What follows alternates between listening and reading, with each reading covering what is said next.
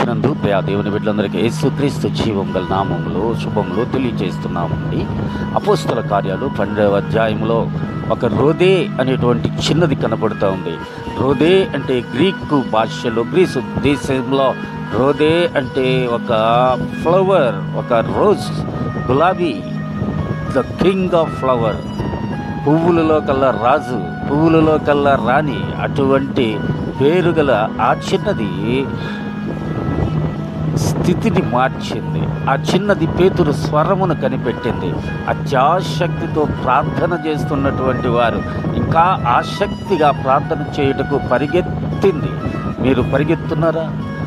దేనికోసం పరిగెత్తున్నారు? స్థలాలు సంపాదించుకోవటానికి, పొలాలు సంపాదించుకోవటానికి, ధనమును కూర్చుకోవటానికి ప్రయాసపడుతున్నారా? సువార్తను ప్రచురము చేయటానికి ప్రయాసపడుతున్నారా? జాగ్రత్త గమనించాలి. ఆ చిన్నది పేతురయ్య గారు వచ్చారని అంటే విన్నది స్వరం, మిగతా వాళ్ళు స్వరం వినట్లేదేమో, ఆసక్తితో ప్రార్థన చేస్తున్నారే కానీ కనిపెట్టి ప్రార్థన చేయట్లేదేమో. అయితే ఆ చిన్నది గ్రీసు దేశ చిన్నది, అన్య దేశము యొక్క చిన్నది క్రీస్తుని అంగీకరించింది. పేతురు స్వరము వినపడింది. అమ్మగారు, అయ్యగారు వచ్చారని బిగ్గరగా కేకవేసింది. పరిగెత్తుకెళ్ళి అందరికీ తెలియజేసింది.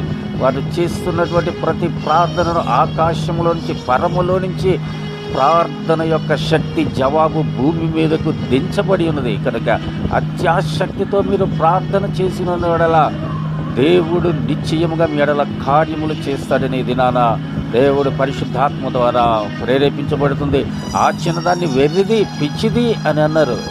ఆ వెర్రిది, పిచ్చిదే ప్రార్థన శక్తిలో రోదే అయ్యింది, గులాబీ అయ్యింది, పరిమళ తైలపు వాసన అయ్యింది. ఆ చుట్టుపక్క ఉన్న ప్రాంతము వాళ్ళందరికీ కూడా ఈరోజు నేటి దినాలలో ప్రార్థన చేస్తున్న, గీతములు పాడుతున్న, సువార్త పరిచర్య చేస్తున్న ఆ చుట్టుపక్క ప్రాంతముల వారు అంటున్నారు, ఏమిటి గోల, ఏమిటి వీళ్ళకి వెర్రిపట్టింది, ఏమిటి క్రైస్తవ జనాంగమునకు పిచ్చి పట్టింది అనుకుంటున్నారు.